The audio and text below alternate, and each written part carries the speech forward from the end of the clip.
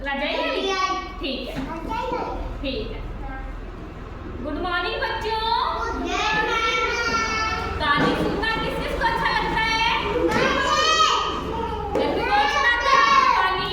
घर पे आपको कहानी कौन सुनाता है? दादी सुनाती है? किसकी दादी सुनाती है कहानी? आपकी दादी?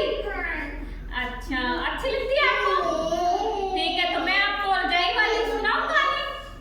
ठीक है, आप बैठो, शोर नहीं करना, ठीक है?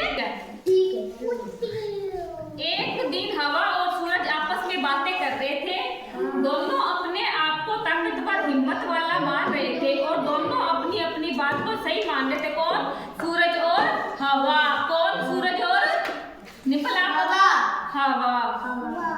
इतने में उन्होंने एक आदमी को जाते देखा। हवा और सूरज ने आपस में तय किया। आप बैठो, नहीं शरारत मत करो, बैठो। जो उस आदमी के कपड़े उतरवा देगा वही ताकतवर होगा। पहले हवा की बारी आई। हवा खूब जोर जोर से चलने लगी। हवा जोर जोर से चलती है ना।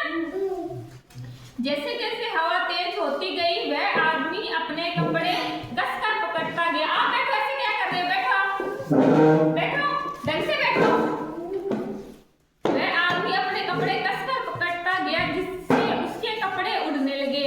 उसने उन्हें और कसकर पकड़ लिया अपने कपड़ों को। ठीक है, हवा थक गई। अब सूरज की बारी आई।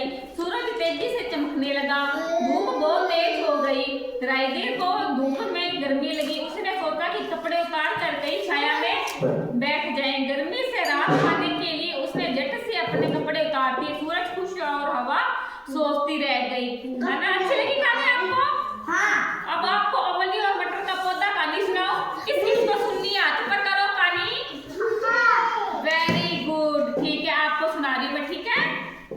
एक दिन एक मटर का दाना अवनी के घर की रसोई की मेज से उछला, नीचे गिरा और मेज के नीचे लुढ़क गया। बिल्ली ने उसे देख लिया और पंजा मारा। मटर रसोई के दरवाजे की ओर लुढ़क कर बाहर चला गया। बगीचे में पहुंचा। कहाँ पहुंचा मटर का दाना? बगीचे में। कहाँ पहुंचा डिंपल? बगीचे में। कहाँ पहुंचा? बगीचे में। तभी एक केंचुआ जमीन से अचानक बाहर निकला। क्या निकला जमीन से? आप ऐसे क्या कर रहे हो? ऐसे नहीं करते।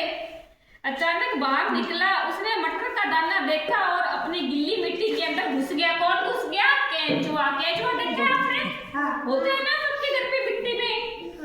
ठीक है, नहीं है क्या? कोई नहीं, अब की बार दिखाएंगे।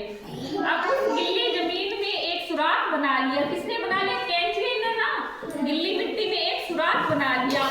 मटर फिसल कर सुराख में चला गया और कच्ची मिट्टी में सन गया। नहीं, ऐसे नहीं करते। डिंपल, इधर ध्यान दो।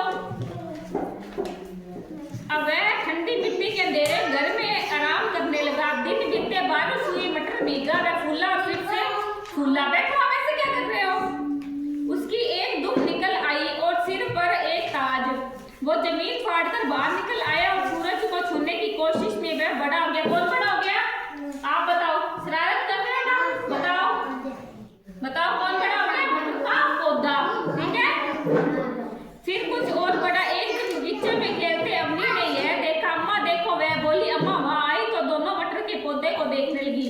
वह चकित हुई। क्या तुमने इसे लगाया है? अम्मा ने अवनी से पूछा। नहीं, मैंने सोचा कि आपने लगाया है। आपसे